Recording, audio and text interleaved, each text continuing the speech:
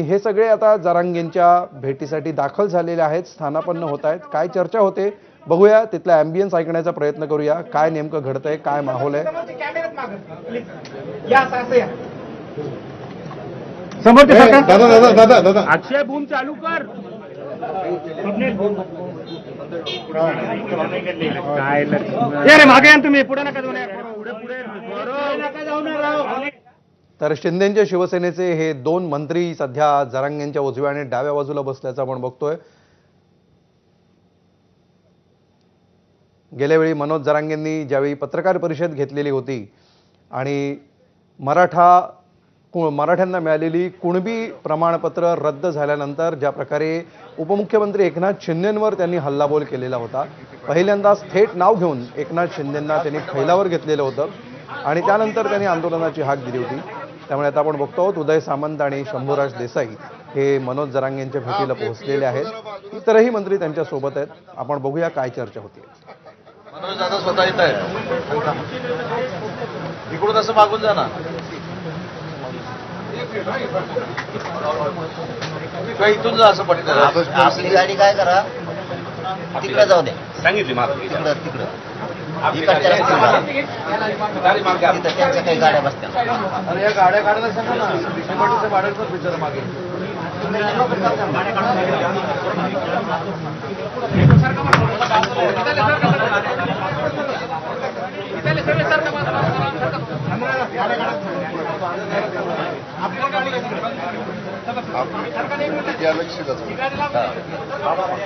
माझं एकदा आठवते का तुम्हाला, आपण मी आलो पोलीस सोडायला गॅलेक्सीला गेलो होतो आपण. तुम्हाला ऍडमिट केलं, तुम्हाला दवाखान्यात, मग आम्ही मुंबईला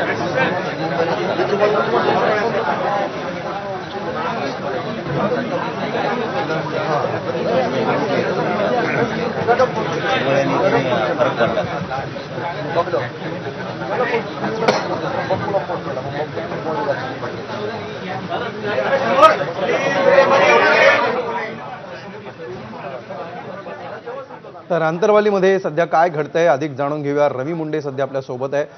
रवी, सध्या या फ्रेममध्ये आपल्याला मनोज जरांगे आणि त्यांच्यासोबतचे दोन मंत्री दिसत आहेत. विखे पाटील देखील या ठिकाणी दाखल झालेले आहेत.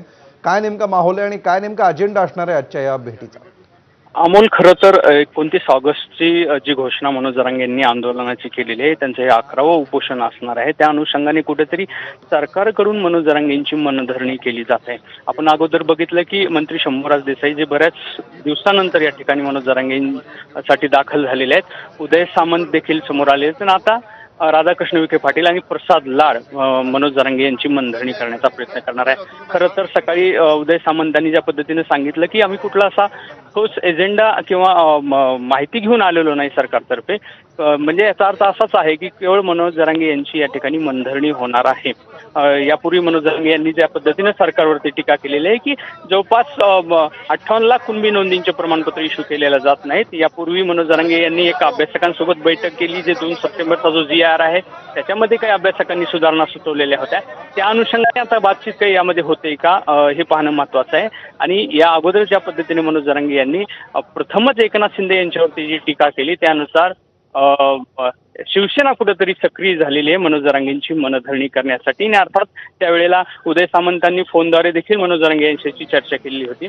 प्रश्न आता हाच आहे की 29 ऑगस्टच्या आंदोलनाच्या पार्श्वभूमीवरती सरकार काय आश्वासन मनोज जरांगे यांना देतं का?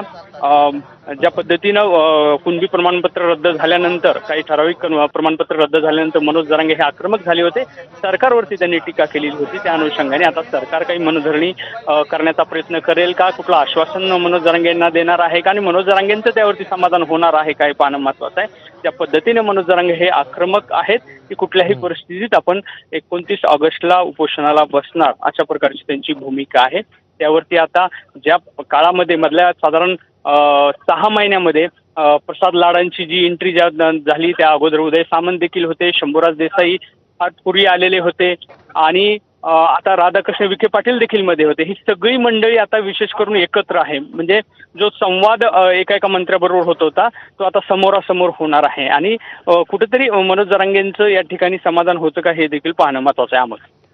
निश्चितपणे रवी, आत्ता जे काही दिसतं आहे आंतरवालीमध्ये त्यातली एक खासियत आपल्याला अशी म्हणावी लागेल की जेव्हा जेव्हा मनोज जरांगे उपोषणाचा निर्धार करतात आणि त्याच्या आधीच्या ज्यावेळी भेटीगाठी होतात त्या भेटीगाठींना अगदी दुर्मिळ यश मिळाल्याचं आपण बघतो आहोत, कारण ते उपोषणावर ठाम असतात आणि उपोषण त्यांचं सुरू होतं, त्यानंतर पुढे जे काही होतं आणि मग त्यांना आश्वासन मिळतं आणि ते उपोषण सोडतात.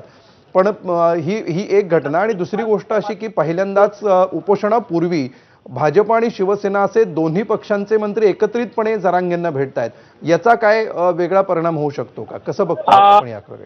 खरं तर अमोल अगदी खरं आहे.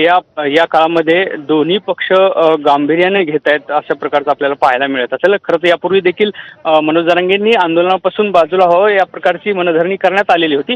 मात्र आता दोन्ही पक्ष आहेत, कारण मधल्या काळामध्ये शिवसेनेचे काही मंत्री येत होते तेव्हा भाजपचे आमदार किंवा मंत्री नसायचे आणि बऱ्याच वेळेस राधाकृष्ण विखे पाटील असतील किंवा प्रसाद लाड हे येत होते तेव्हा शिवसेनेचे मंत्री किंवा आमदार नसायचे. आता ही एक औचित्य म्हणावं लागेल की हे सगळी लोक एकत्रित आलेली आहे. म्हणजे मधल्या काळात जो संवाद ज्या पद्धतीने ज्यांचा समोरासमोर झालेला आहे तो या ठिकाणी आता होईल. आणि अर्थात तेच आहे की मनोज जरांगेंनी ज्या पद्धतीनं भूमिका घेतलेली आहे 29 ऑगस्टची त्याच्यापासून कुठंतरी बाजूला करण्याचं किंवा ते टाळण्याचीच भूमिका सरकारची आहे असं दिसतंय. ज्या लगबगीनं शिष्टमंडळ या ठिकाणी आलेलं आहे.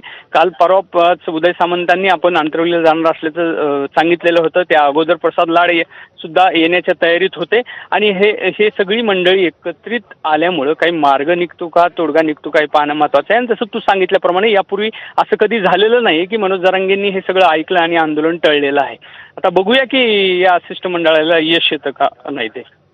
निश्चितपणे आणखी एक मुद्दा जो महत्त्वाचा आहे की मनोज जरांगेंनी आत्ता जी भूमिका ठेवलेली आहे, म्हणजे मागच्या वेळी ज्या टप्प्यावर त्यांनी आपलं आंदोलन थांबवलेलं होतं त्या टप्प्यानंतर आता मनोज जरांगेंना जर कन्व्हिन्स करायचं असेल तर कुठले महत्त्वाचे ठळक मुद्दे असतील की ज्याच्यावर सरकारला त्यांना ठोस आश्वासन द्यावं लागेल?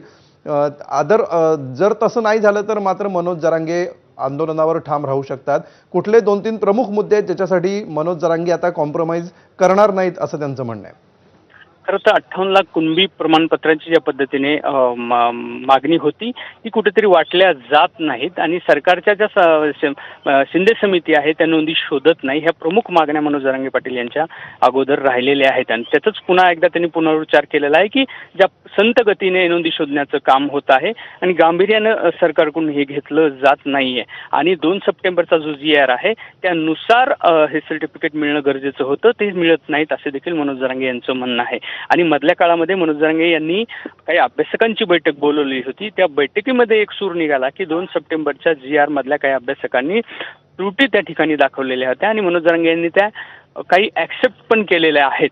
हे देखील महत्त्वाचं आहे. आणि मनोज जरांगेंनी हे देखील ॲक्सेप्ट केलेलं आहे की ज्यांच्या नोंदी असतील त्यांना हे प्रमाणपत्र मिळणार आहे, सरसकट हे प्रमाणपत्र मिळणार नाही. हे देखील मनोज जरांगे यांनी यापूर्वी बोलून दाखवलेलं आहे. आता प्रश्न उरतो की त्या सप्टेंबरमध्ये 2 सप्टेंबरचा दिलेला GR मध्ये नेमक्या कुठल्या बदल करायचा आहे आणि ते सरकार करणार का?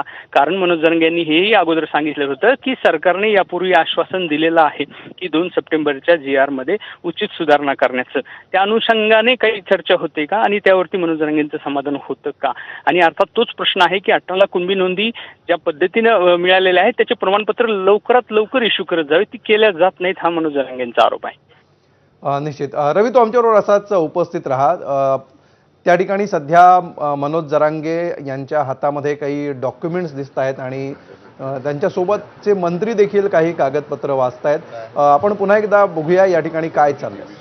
आज अखेर शिंदे समिती स्थापन झाल्यानंतर दिलेले दाखले वितरित केलेले दाखले